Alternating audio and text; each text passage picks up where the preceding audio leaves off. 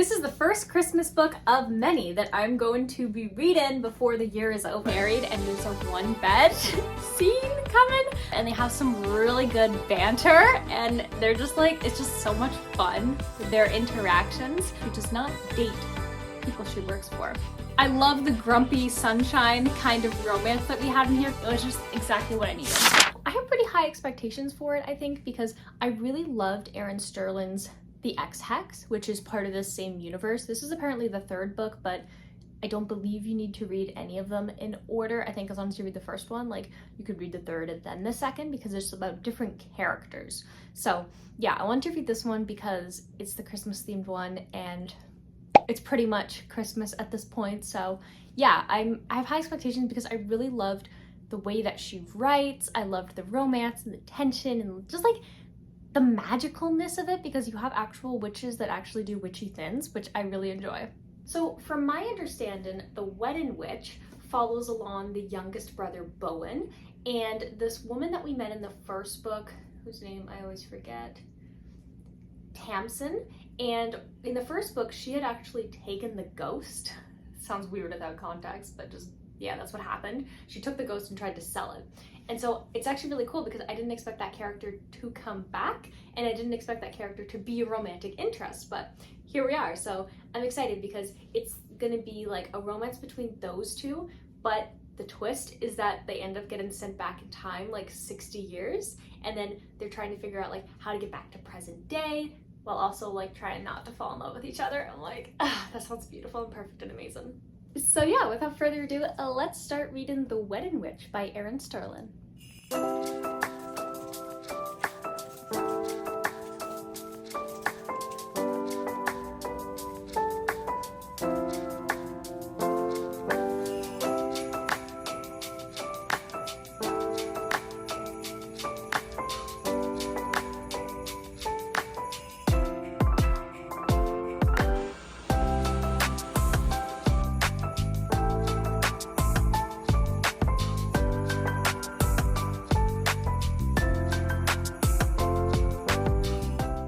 So I'm now a little bit more than 100 pages, as well as pretty much halfway through The Wedding Witch, and here are my thoughts so far.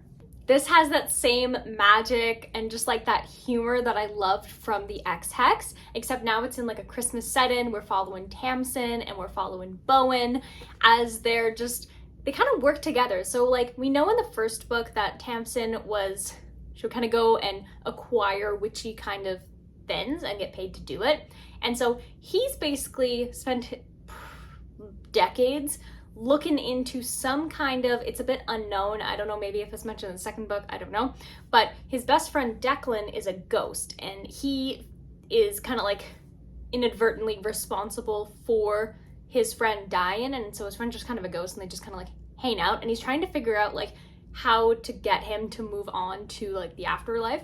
And so he has hired Tamsyn to just acquire these like old artifacts and stuff for his research, because he's trying to figure out like how to fix all of this stuff.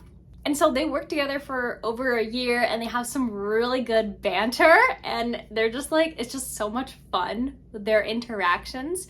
And then they're like, oh yeah, like we'll meet up in like a year, because Christmas Eve is when they made their kind of like deal together, and they kissed under the mistletoe right before she shook his hand. Is like, all right, now we're working together, because she has a rule. She does not date people she works for. And so she took that mistletoe opportunity, and it was like, ah! So 1 year passes, and we have, I love, there's like these text message exchanges that really just like set the scene. I loved it. It was just so good to like kind of show how they interact with each other. And so a year passes, and Bowen, his best friend, the ghost, Declan, it basically comes to him and he's like, hey, I don't remember if it was his fiance or if they were just dating at that time, but because he died like 10 years ago, she's now getting married, and he basically wants his best friend to go to the wedding just to make sure that she's happy and stuff. And so he convinces him, and so off Bowen goes to this place to see his best friend's former love getting married. And at the same time, Tamsyn ends up coming across this listing of this like really, really jewel encrusted brooch that they say if she can get it, they'll pay her $1 million. And so she's like, I want to do that. And so she goes there, the same place that Bowen is, and then now they're in the same location for this wedding. And drama ensues, and they end up getting sent back in time, like 70 years. And now they're like, what is going on? And they're pretending to be married, and there's a one bed scene coming. Like, they keep on talking about how there's gonna be one bed, and then like they're about to check out their room now, and I'm like, I'm really excited. We all know how I feel about one bed. It's one of my favorite tropes of all time. So yeah, there's the one bed coming soon. But it's also really cool because the time travel, they're seeing these characters that they just met at the wedding in their time period, like who are much, much older. And then now they've gone back. And so like the great great grandma is actually now just like a young woman, and he sees his like grandparents and all of this stuff. So it's really cool to see them interact with that kind of thing. So yeah, that's where we're at right now. I'm having a really good time with this book. It's cozy, it's fun, it's funny, and yeah, it's short, it's sweet, and I'm just having a good time. So I'm going to continue to read The Wedding Witch, and I will update you when I finish this book. So I will see you then for my final thoughts.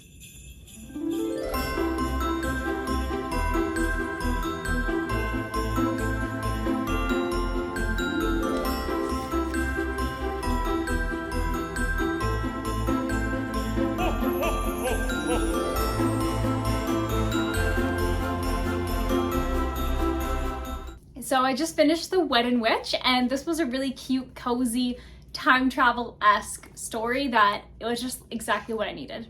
I will say it wasn't as good as the Ex-Hex. I really loved the banter though and the one bed, but I felt like the story when it was starting to get towards the end was like really, really rushed.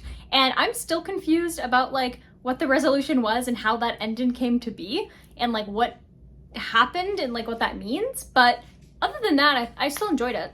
I love the grumpy sunshine kind of romance that we had in here because Tamsyn is just like so funny and just like positive, and then Bowen is really just like but it's like really cute, and like the way that they talk to each other and the way that they feel about each other. I thought that entire thing was really, really well done. I actually would have liked to see more of it, but it is a very short book. But in short book world, I think that it did a good job with it, and they were like instantly attracted to each other, all of that, and it was cute and fun. The time travel, of course, was my favorite part. I really, really loved when they got sent back in time and they're trying to figure out like, what does that mean? And they have like this time limit because if you don't accomplish what you're supposed to do when you go back in time, then poof, you'll be out of existence, because they're basically just trying to get Bowen's like great grandparents to be together, and if they're not, then Bowen and his family and all that, they won't exist anymore. So the stakes are pretty high in the story. And the setting in this book was really fun, and like the Welsh kind of like words that were used, I also thought was really fun and cool, and it was just nice. It was like a breath of fresh air to have a story like this with a bunch of my favorite tropes in it in like a really cool and fun setting. And yeah, my only kind of feedback, I guess, my only kind of comment is that I did find the ending was very rushed, and I still don't really understand like what happened and how that happened, but yeah, still good. So today we are going to be awarding The Wedding Witch a total of 3.5 stars. I don't remember what I gave the Ex-Hex. I feel like I would have given it like a 4, 4.5, potentially a 5, but this one, it wasn't as good as the first one, but I still really enjoyed it. And if you're looking for a cute kind of like Christmassy, but it wasn't like too hardcore on the Christmas, it's good like early Christmas season, if that makes sense, type of book, because it's not like overtly Christmas, it just happens to have Christmas in the setting. But yeah, no, if you're looking for that kind of story, you like grumpy sunshine, you like one bed, you like witchy, magical, fun time travel stuff, definitely consider this book. It was a really fun time. So the next book that I'm going to be reading is The Wild Huntress by Emily Lloyd Jones. And I mean, I guess I'm going with the green theme because like they kind of look the same, green and gold. I don't know. That's honestly why I was like, oh, this is going to be the next book I'm going to pick, because it kind of has the same colors from the other book. So if you're interested in watching me read The Wild Huntress or any other book that happens to be on my never-ending TBR, I'm a big fan of romance, romantasy, and fantasy with the occasional horror in there. So if those are the types of books that you're interested, or you're looking for book recommendations, definitely hit the subscribe button if you haven't already, and turn on the bell notification. That way you get notified anytime a new video comes out. If you enjoyed this video, definitely hit the like button, and I'll see you in the next one. Bye! Bye!